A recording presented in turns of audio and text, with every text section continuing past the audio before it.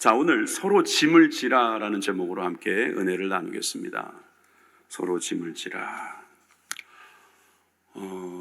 저는 오늘 지난주에 이어서 복음을 전하는 가운데서 교회가 가지게 되는 핵심적인 본질, 소위 교회가 가져야 될 기초적인 것을 한번 말씀드리고자 합니다.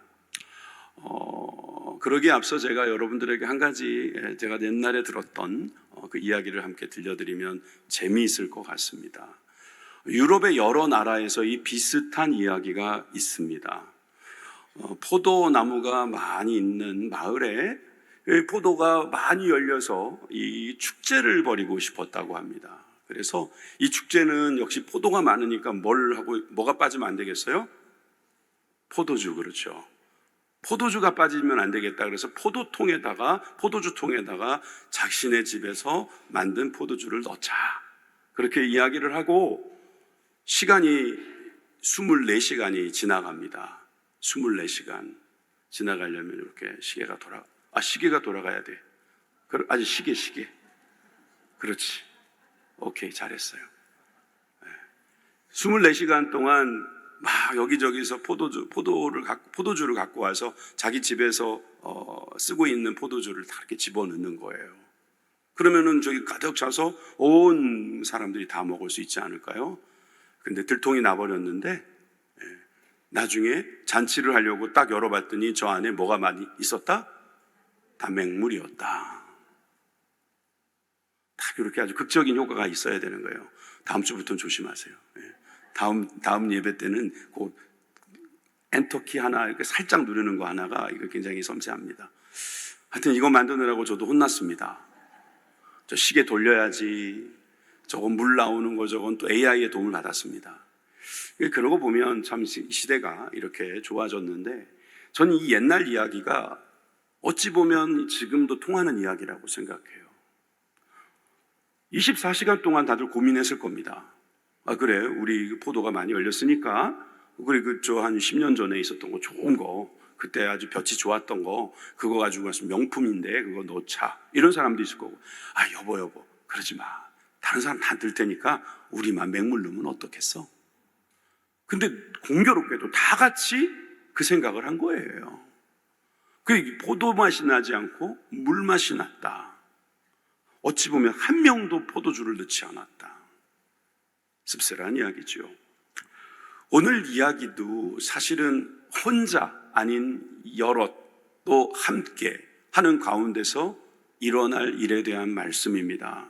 특별히 갈라디아를 통해서 하나님께서 말씀을 증거하셨고 그 갈라디아 지역에 하나님께서 말씀을 하신 것을 이제 결론적으로 이야기하는 내용입니다. 오늘 읽을 본문은 갈라디아서 6장의 결론부라는 것을 여러분들이 알고 계신다면 이 복음의 정수인 이 갈라디아서를 통해서 우리에게 주시려는 이 핵심적인 결론 내용을 우리가 함께 볼 수 있죠.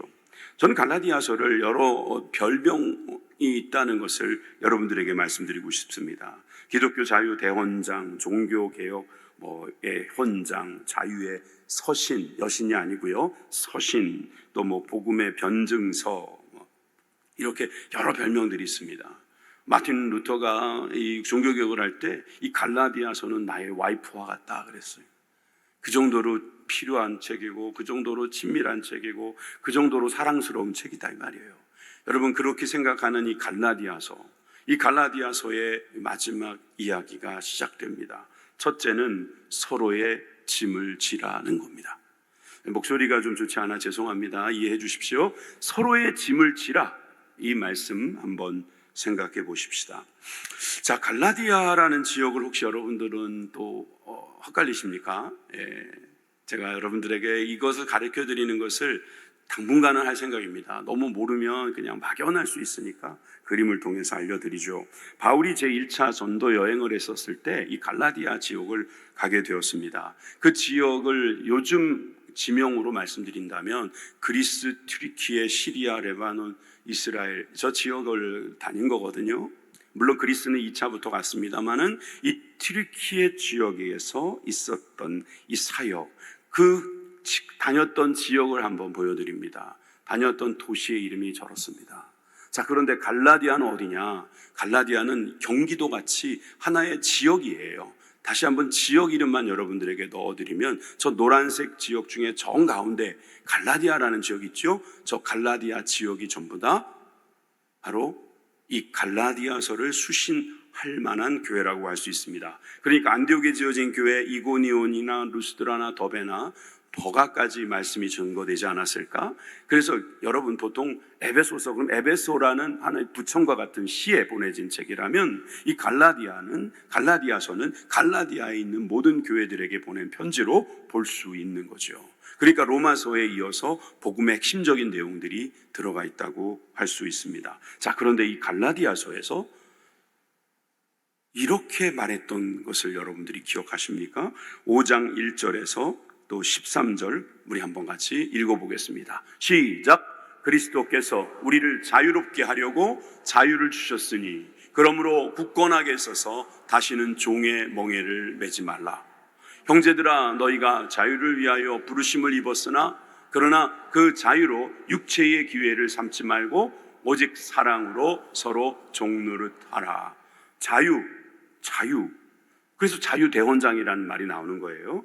그러니까 다시는 종의 멍에를 매지 말라고 하면서 그러나 또한 자유는 육체의 기회로 삼지 않을 때 오직 사랑으로 종노릇을 또 하라고 하는 또 역설적이고 반전의 표현까지 볼 수 있습니다.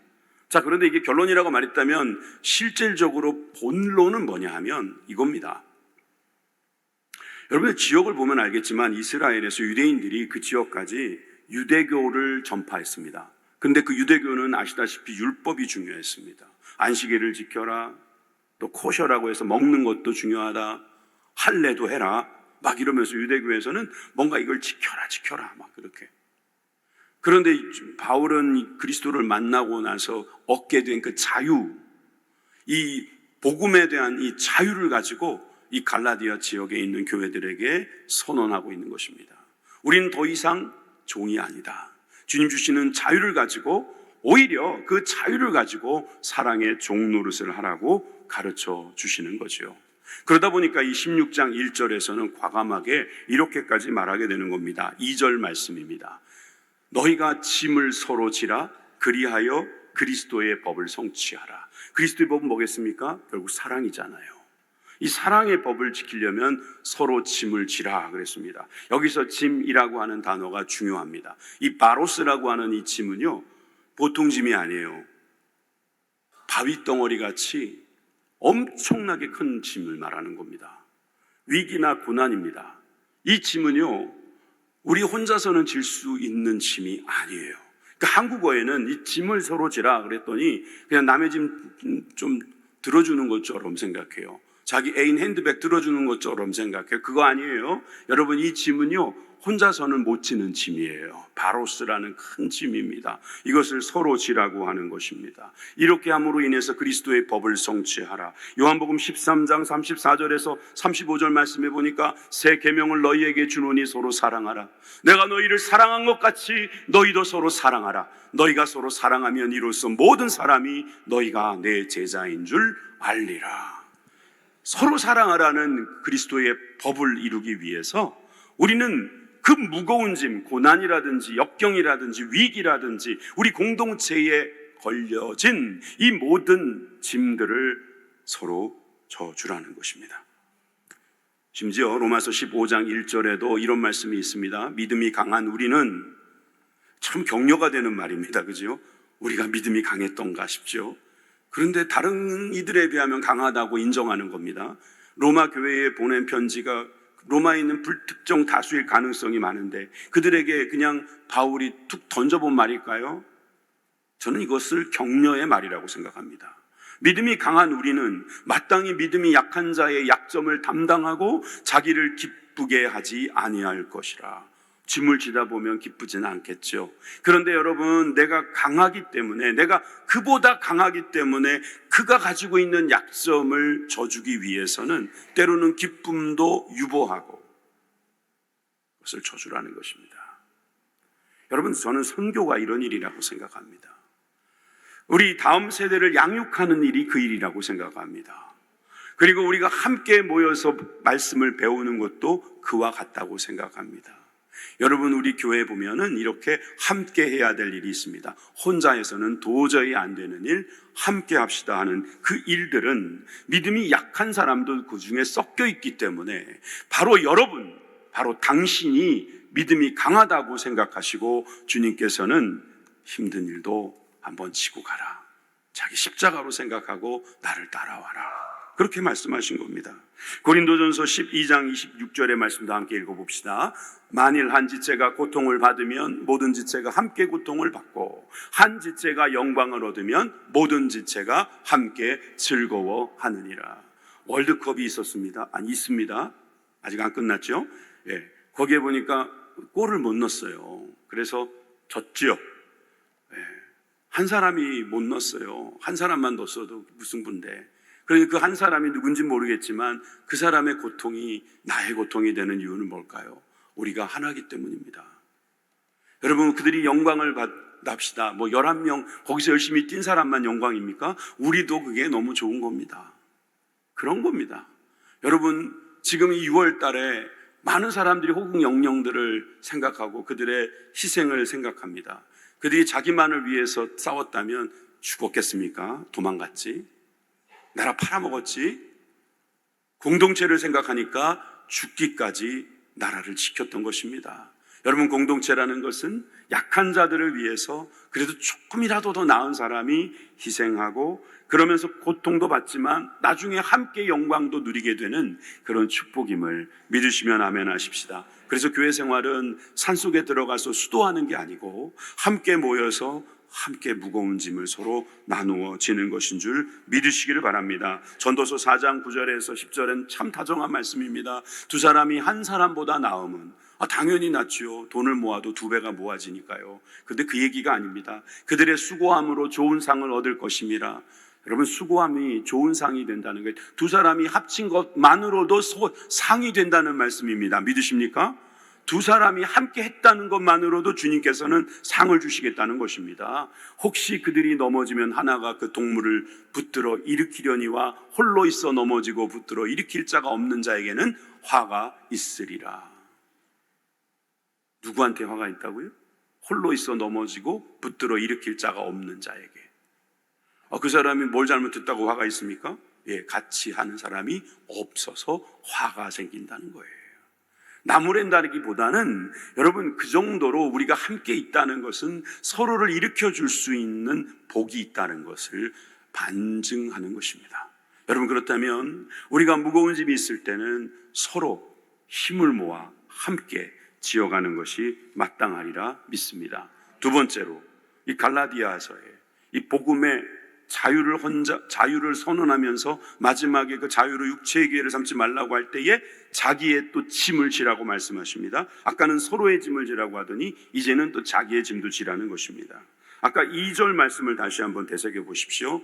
혼자서 들 수 없는 무게, 위기, 고난을 의미하는 이 바로스라는 짐에 대비되게 5절을 보시면, 5절을 보여드릴까요?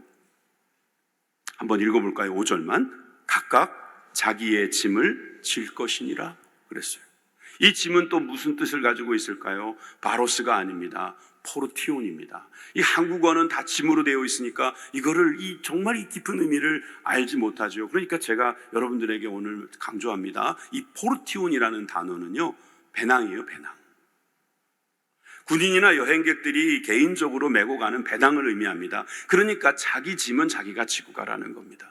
자기 짐을 남들이 지어달라고 맡기지 말라는 겁니다. 자기가 지어야 될 짐은 힘들어도 자기가 지도록 해라라는 말씀을 오늘 주시는 거예요. 그러니까 이게 두 개가 좀 안 맞는 것처럼 보이지만 그렇지 않아요. 여러분, 빌립보서 2장 4절에 나오는 이 포르티온이란 말씀도 보세요. 각각 자기 일을 돌아볼 뿐더러 이 자기 일, 원래 포르티온이라는 단어를 번역한 거예요. 자기 일, 배낭 같은 것, 여행 중에 쓰게 되는, 군인들이 그거 없으면은 굶어야 되고 위기에 벗어날 수 없는 그런 거 넣어놓은 그런 가방, 자기 일을 돌볼 뿐더러 또한 각각 다른 사람들의 일, 이건 아까 바로스겠죠. 돌보아 나의 기쁨을 충만하게 하라, 그렇게 강조하고 있습니다. 자, 무슨 이야기입니까? 여러분, 자기의 짐이라는 게 뭘까요? 누구나 자기의 짐이 다 있잖아요. 그 짐을 주님께서 달게 지고 가라고 하시는 겁니다. 그 짐을 지는 가운데 다른 사람의 짐도 져주는 것입니까? 예, 다른 사람과 함께 짐을 지고 가는 것입니다. 제가 군대 생활을 좀 험한 데서 했습니다. 그러다 보니까 마지막 훈련 기간에 거의 반 죽이더라고요. 이런 표현이 좀 거칠지만 정말 그게 목적이랍니다. 그래서 천자봉이라고 하는 그 산을 올라가는데, 아니 왜 이렇게 무거운 짐을 막 주렁주렁, 아니 평상시엔 보여주지도 않던 완전군장을, 그날만은 완전군장을 다 하게 하는 거예요. 한 20kg에서 25kg 그 넘는 거를 지렁지렁 메고, 그것도 총에다가 헬멧에다가, 와, 그거를 처음에는 걷더니 나중에 뛰랍니다. 산으로 올라갈 때 우리들이 대충 가니까 막 뛰어 올라가라는 겁니다. 막 쓰러지고 넘어지는데 막 발로 차고 막 그러는데, 거기까지는 어떻게든 올라갔습니다. 근데 돌아올 때가 문제였습니다. 돌아올 때는 다리가 풀려가지고 못 돌아오는 겁니다. 그런데 여럿이 낙오가 됐어요. 그리고 저도 이제 도착을 해가지고 연병장에 이제 보이기 시작했습니다. 아, 이제 살았다. 근데 연병장에 도착을 했는데, 아니 연병장을 또 돌리는 겁니다. 아, 이 사람들이 보니까 몇 명 쓰러질 때까지 돌릴 생각인 것 같더라고요. 저도 쓰러질 뻔했습니다. 그러니까 제 옆에 있었던 제 짝꿍이 제 총을 들어주는 거예요. 원래 총은 맡기는 거 아니에요. 근데 제가 보니까 맡길 게 그거밖에 없는 거예요. 그리고 여럿이 그렇게 하는 걸 보았어요. 들어주더라고요. 그리고 뭐라 안 하더라고요. 그래서 제가 겨우 맞췄어요. 겨우 끝까지 쓰러지지 않고 도착했어요. 저는 자기의 짐을 지는 것, 저는 포기하지 않았지만, 제 친구는, 제 전우는 자기의 짐도 지고 남의 짐도 지어줬습니다. 그것을 자기의 짐이라고 생각하면서 친구를 돌봐주는 것이 나에게 준 능력이라고 생각하고, 우정을 위해서 또 능력을 위해서 서로 나누는 모습이 참으로 감동스러웠습니다. 여러분, 갈라디아서 2장 16절에 보니까 이런 말씀이 있잖아요. 사람이 의롭게 되는 것은, 이 갈라디아서의 어떻게 보면 주제예요, 주제. 다 같이 읽어볼까요? 시작. 사람이 의롭게 되는 것은 율법의 행위로 말미암음이 아니요 오직 예수 그리스도를 믿음으로 말미암은 줄 알므로 우리도 그리스도 예수를 믿나니 이는 우리가 율법의 행위로서가 아니고 그리스도를 믿음으로써 의롭다 함을 얻으려 함이라. 율법의 행위로서는 의롭다 함을 얻을 육체가 없느니라. 아멘. 말씀이 길어서 그런데 간단하게 말하면, 사람이 의롭게 되는 것은 예수 그리스도를 믿음으로 된다는 말입니다. 그 전까지 유대인들은 율법의 행위로 그걸 잘 지켜야만 된다고 생각하는 거였어요.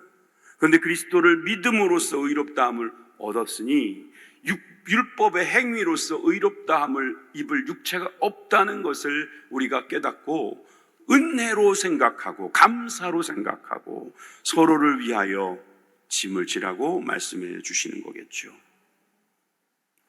제 힘으로는 도저히 할 수 없는 게 있다니까요. 제가 아무리 수영을 뭐 한다 해도 태평양을 건널 수 없다니까요. 제가 아무리 높은 데서 잘 뛰어내린다고 해도 1000피트에서 그냥 맨몸으로 뛰어내리면 죽습니다. 그런데 때로는 태평양을 건너기도 하고 때로는 높은 데서 뛰어내릴 수도 있습니다. 도와주는 게 있기 때문이잖아요. 하나님은 그 율법 대신 우리들에게 은혜라고 하는 귀한 도구를 쓰셔서 우리들에게 길을 건너게 하시고 그 사명을 감당하게 하시는 줄 믿으시기를 바랍니다. 그러니까 여러분, 서로의 짐을 지라.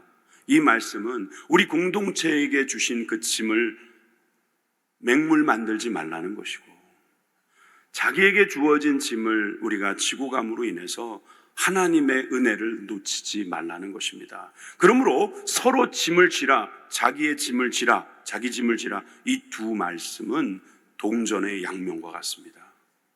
여러분들도 동전 갖고 있나요? 500원짜리 요즘에 못 보잖아요. 500원을 뒤집어 보면은요, 저렇게 돼 있어요. 둘 다 500원이에요. 나는 500자만 쓰여진 것이 500원이라고 생각하는 사람들은 500원이 없는 줄 알아요. 나는 저 학인가요? 학이 날아가는 것만 500원이라고, 저 500원이라고 써 있는 것만 500원이라고 그렇게 주장하는 사람이 있으면 그 사람은 첫날이 지나도 500원을 쓸 수 없을 겁니다. 동전에도 양면이 있듯이 우리 신앙에는 양면이 있다는 거예요. 함께 일해야 될 사람, 그리고 자기의 짐을 져야 할 사람 있는 겁니다. 그래서 여러분 베드로 전서 4장 10절의 말씀에 보니까 각각 은혜를 받은 대로 하나님의 여러 가지 은혜를 맡은 선한 청지기 같이 서로 봉사하라. 은혜를 맡은 선한 청지기, 내가 맡은 것이 은혜를 맡았다는 거예요. 청지기는 한마디로 총무예요. 총무. 그 일 맡아서 하는 그 사람이에요. 각각 은사가 다 달라요. 그러니까 그 은사대로 그 일을, 자기의 일을 하는 겁니다. 제 전우가 제 총을 들어줬다 그래요. 하나님께서 저의 짐을 들어준 거하고는 비교할 수 없는 겁니다. 그러나 제가 마지막에 쓰러질 뻔했는데 그 친구가 도와줘서 제가 살았어요. 저는 그 친구에게 고마움을 갖고 있어요. 저는 은혜로 거기까지 갔다고 생각해요. 그 친구의 은혜라고. 그런데 여러분, 우리 세상의 경주도 다 마찬가지예요. 우리가 쓰러질 때 도와주는 사람이 있어요. 그 사람은 서로의 짐을 지려고 하면서 또 자기의 짐을 지는 사람들 겁니다.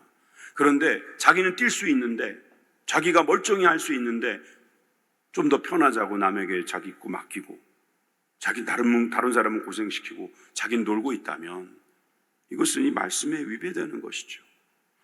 당연히 율법 정신에도 어긋나고요, 은혜의 정신인 복음의 정신에도 어긋나는 것입니다.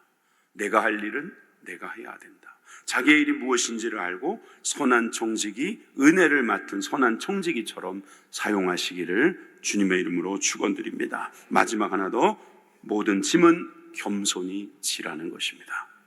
오늘의 본문은 이렇게 강조합니다. 6장 1절입니다. 형제들아, 사람이 만일 무슨 범죄한 일이 드러나거든 신령한 너희는, 또 여기서도 우리를 신령하다고 말해주네요. 성경 곳곳에서 우리를 되게 인정해주는 말씀이 있어요. 신령한 너희는 온유한 심령으로 그러한 자를 바로잡고 너희 자신을 돌아보아 너희도 시험을 받을까 두려워하라. 무슨 범죄한 일이 일어났으면 바로 잡으라는 겁니다.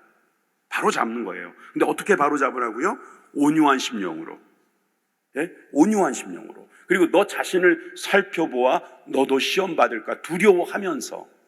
다시요, 무슨 범죄한 일이 일어나거든 그냥 돌아가거나 모른 척하지 말고 여러분들의 온유한 심령, 자신을 돌아보면서 나도 시험 받을지 않을까, 나도 저 입장이면 그러지 않을까라는 두려운 마음을 가지고 그를 바로잡아 주라는 거죠. 이것이 바로 우리들이 져야 할 짐이라고 할 수 있습니다. 우리 다음 세대들을 위해서 우리가 어떤 생각을 해야 될까요? 그들을 바라보면서, 아니면 우리 전 세대, 우리를 이렇게 참 나름 괜찮게 살 수 있도록 도와주신 분들에게 대해서 어떻게 생각해야 될까요?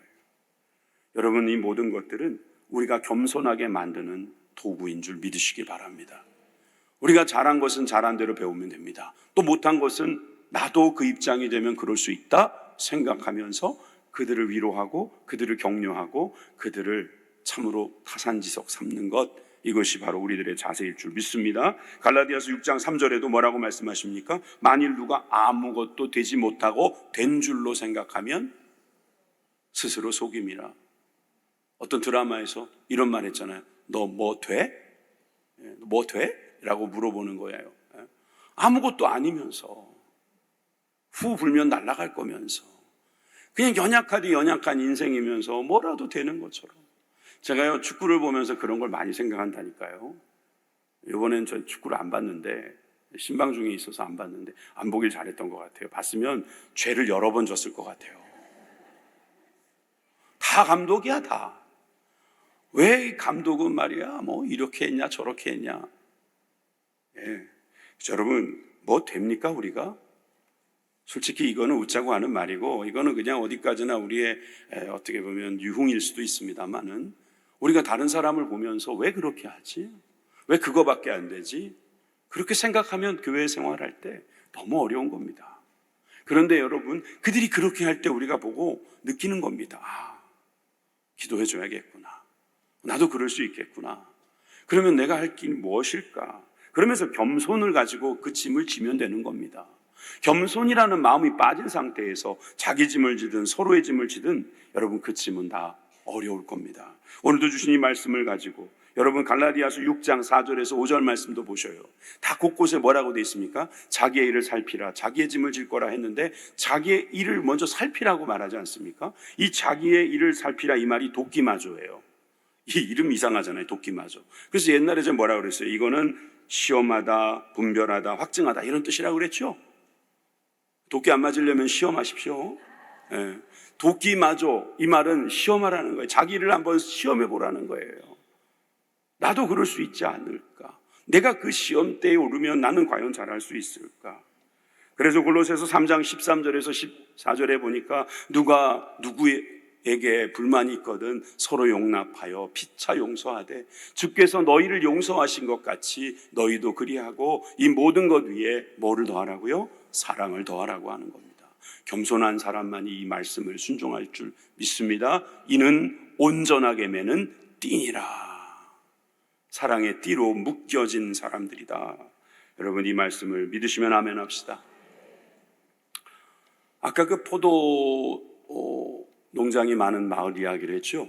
근데 또 비슷한 이야기가 그 유럽에 많이 있어요. 그런 동네가 있는가 하면 옆 동네에 갔더니 이 동네는 항상 사람들이 행복한 거예요.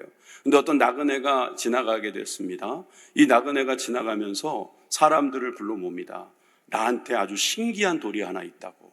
돌멩이를 딱 꺼내 보이면서 이 돌멩이로 말할 것 같으면 무엇이든지 난 맛있게 만들 수 있는, 그래서 이 돌멩이를 넣고 물에다가 이 돌멩이를 넣고 국을 끓이면은 진짜 맛있는 국이 나온다고.